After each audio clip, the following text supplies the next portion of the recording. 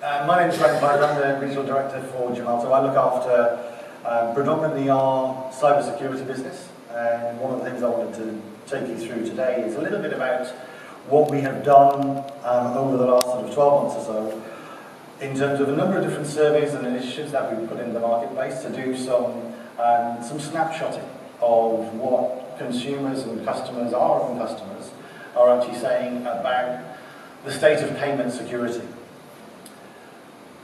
What I like about some of these statistics are they're actually from real customers. They're not just fluff that organisations will pump out into the marketplace.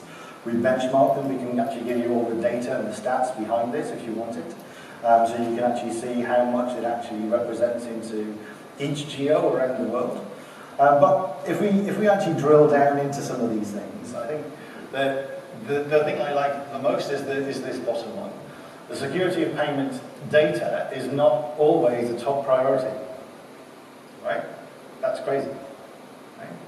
We've got so many different compliance regulations out there now that we need to comply with.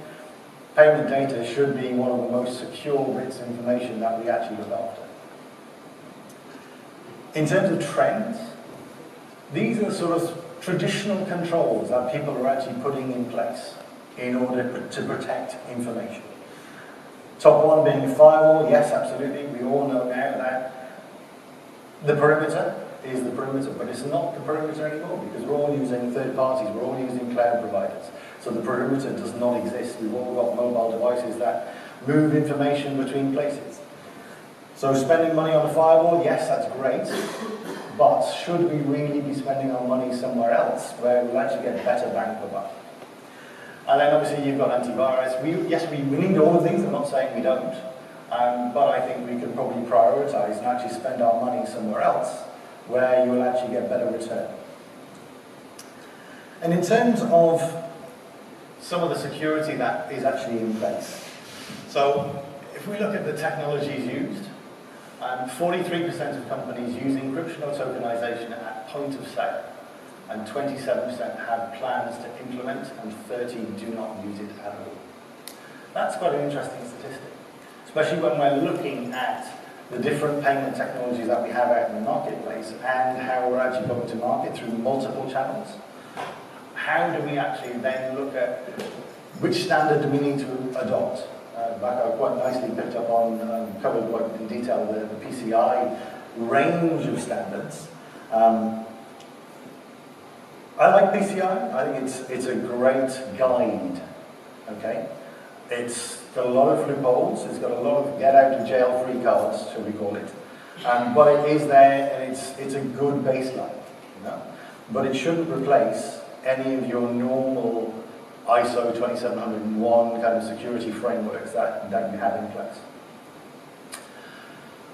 Multi-factor authentication. Every time I look around, I see something that's the result of some kind of data breach. It's generally because somebody is using a default username and password somewhere. I think it was California last quarter have started to mandate that manufacturers must change default usernames and passwords upon entry into the state. So in other words, you must by law change those passwords because they found that that was the main root cause for people actually breaching data.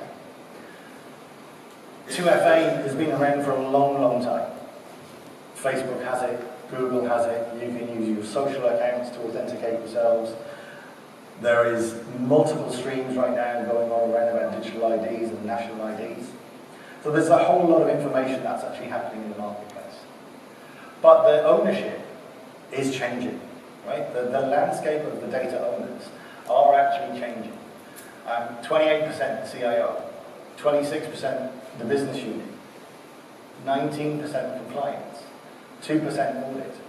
So as we go down this track, you can see who has more control, who has less control, who has more interaction with information. So to pull all of that together and to look at some of the key points to extrapolate from that latest report that we've produced, those are some of the key stats.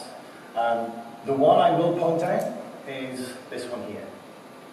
Only 43% of companies use encryption or tokenization at point of sale.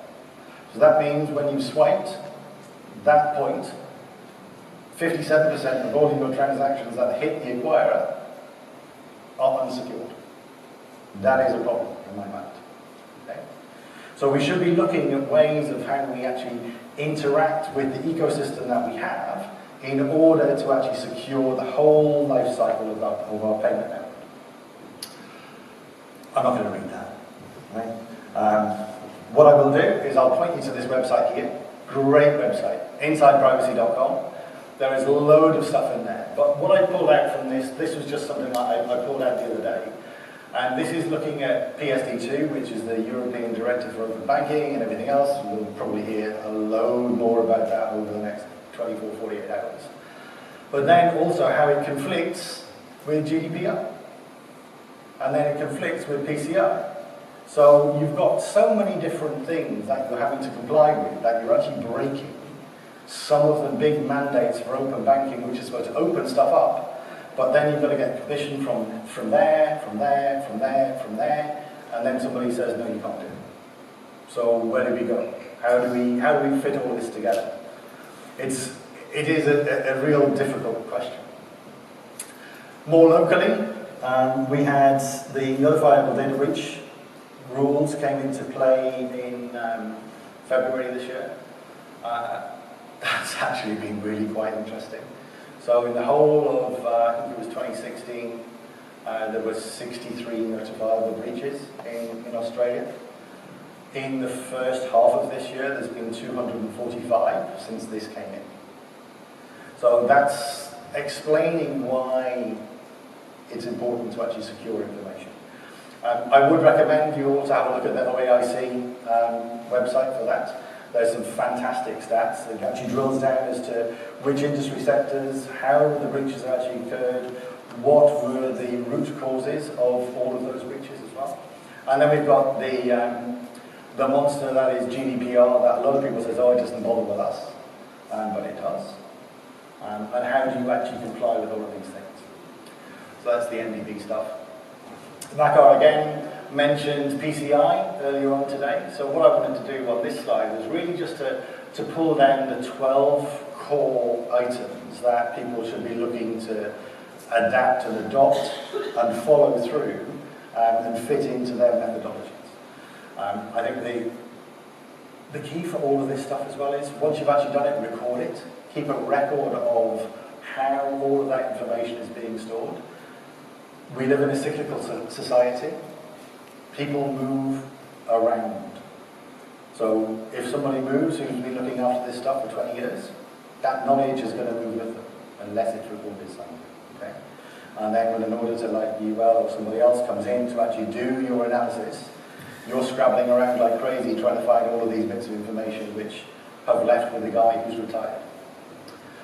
So who's actually involved in all of this? So there's all of the card associations, there's issuing banks, cardholders, merchants, third-party processors, acquiring banks, and they're pulling in a whole load of stuff, right? From chargebacks and returns, monthly statements, customer service inquiries, processing retail card payments, address verification, transaction payment data, daily receipts and settlement.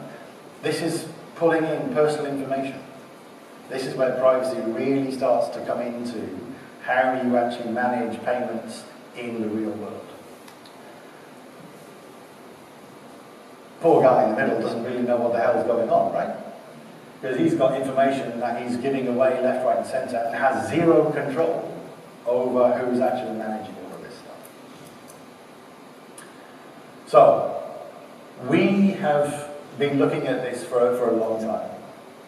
And many of you may have RHSMs in your organisations. And UL is one of the independent verifiers that actually come along and certify our actual hardware security modules themselves. So when we come up with a brand new appliance, we ship it off to UL, they will then test the thing to destruction, poke wires in it and see whether or not they can actually break it and spoof all of the other bits and bobs. So those bits of kit are actually across the world, but what we've actually learned over, I would say over the last 10 years or so, encryption's easy, key management isn't. Okay? And it's that part, because when you look at the sort of the NDB sort of rules and regulations, it's fine if you have a data breach. But you've got to be able to justify, when you pick up the phone to the Information Commission and say, look guys, I think we've had a breach. The first question that they'll ask is, well, was the information encrypted? Yes, okay. Sigh for it. Second question, can you guarantee that your encryption keys have not been compromised? Okay. If you can't guarantee that, you're in problem. Okay. Because that's an automatic road towards being a notifiable breach. So, you are responsible. What happens if you move to a different platform? How do you move encryption? How do I isolate visibility of encryption keys for third parties? So you've got people who are providing MPLS networks, people who are providing your cloud service providers, people who are providing your storage. All of these things that Bakar picked up on earlier on, where you need a different key that does different things, that's where all of this segmentation starts to flow into place. How can I reduce the risk of exposing my data? Well, simple. Get rid of the stuff that you don't really need. Somebody said to me a couple of months ago, just because you have it doesn't mean to say you should do something with it. Okay? Because we've got this big data engine there that we're analysing stuff, and that's creating a great deal of value. But should we be actually churning that information for the purposes that we've actually got it for? Okay? At the end of the day, we're all consumers. No? Yes, we work for organisations that do this stuff, but we are all consumers. And do I have a plan if I'm breached? A lot of organisations, surprisingly, don't. And you need to be able to be comfortable to answer all those questions. So, we have a three-step approach to managing all of this. The first one is encrypting information wherever it may live. So be that on-premise, be that in cloud, be that in legacy kind of systems. Manage your encryption keys and control access. PCI mandates the use of strong authentication to cardholder environments. Put all of these things in place. Why encryption? Well, because it's not only mandated by some of the organisations, and that NIST comes along with it. It also helps you mitigate the unknowns that should come out. So should you have a breach, then personal information is not going to get onto the street. It's not going to hit the AFR. Okay? It's less likely to have major business impact. We have lots of products and services, and I don't normally put slides up like this, but I just thought I would highlight it because it's an interesting way of actually putting a picture in somebody's mind where information is, because you've got it in motion. So it's flowing around the world, it's flowing around organizations. You've got it in virtual machines, which are being run up in AWS or Azure. You've got it in file servers, and files and folders on laptops and legacy kind of systems. You've got it in applications. You've got it in databases. You've got it all over the place. What you then have to do is work out, how the hell do I protect this? Encrypt it. But more importantly, manage the encryption keys. Those are the foundry for your security basics. And on that note, that's pretty much it for me and our section here. And hopefully we're on time now.